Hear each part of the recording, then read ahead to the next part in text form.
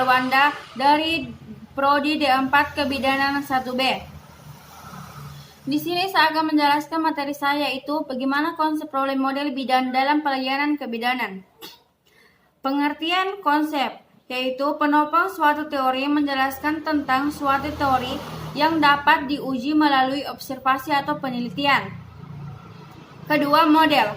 Model adalah contoh atau tenaga untuk menggambarkan sesuatu. Kegunaan model antara lain yaitu untuk menggambarkan beberapa aspek yang dengan mengartikan persamaan seperti struktur, gambar, diagram, dan rumus. Kedua, menggambarkan sebuah kenyataan atau gangguan abstrak sehingga masih digunakan oleh disiplin ilmu lain sebagai parameter garis besar praktik. Ketiga, pengertian kebidanan merupakan ilmu yang terbentuk dari berbagai disiplin ilmu yang terkait dengan pelayanan kebidanan, meliputi ilmu kedokteran, ilmu keperawatan, ilmu sosial, ilmu perilaku, dan ilmu budaya, ilmu kesehatan masyarakat, dan ilmu manajemen.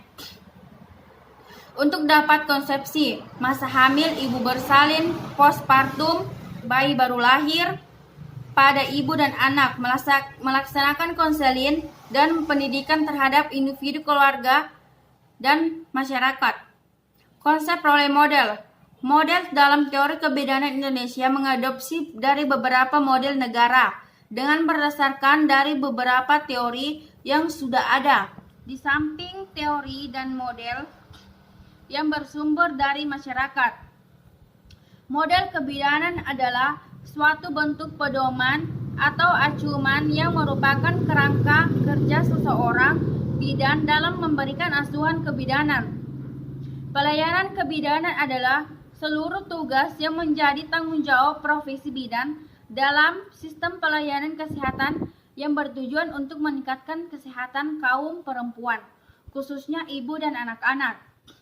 Layanan kebidanan dapat dibedakan meliputi antara lain, yang pertama yaitu layanan kebidanan primer, yaitu layanan yang diberikan sepenuhnya atau tanggung jawab bidan.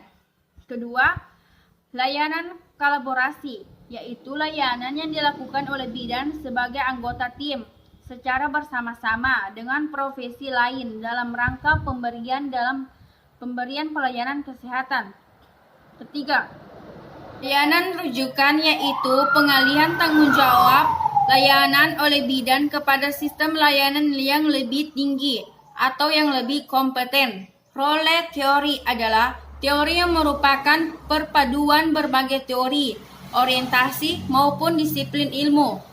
Peranan atau role juga memiliki beberapa bagian, yaitu yang pertama, peranan nyata atau unaccepted role adalah suatu cara yang betul-betul dijalankan seseorang dalam menjalankan suatu peranan.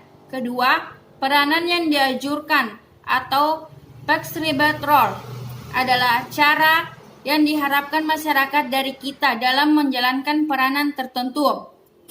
Ketiga, konflik peranan atau role konflik adalah suatu struktur atau lebih yang menuntutkan harapan dan tujuan permanen yang saling bertentangan satu sama lain. Keempat, kesenjangan atau peranan.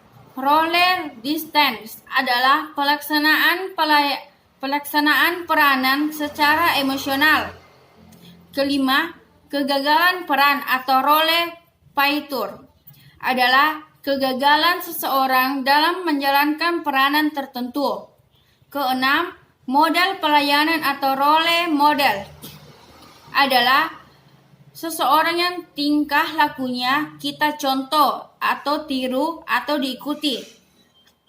Kerangkaian atau lingkup peranan, yaitu role set adalah hubungan seseorang dengan individu lainnya pada saat dia sedang menjalankan perannya. Sekian pemaparan materi yang saya bawakan pada hari ini. Kurang dan lebihnya mohon dimaafkan. Wabillahi taufiq wal hidayah. Wassalamualaikum warahmatullahi wabarakatuh.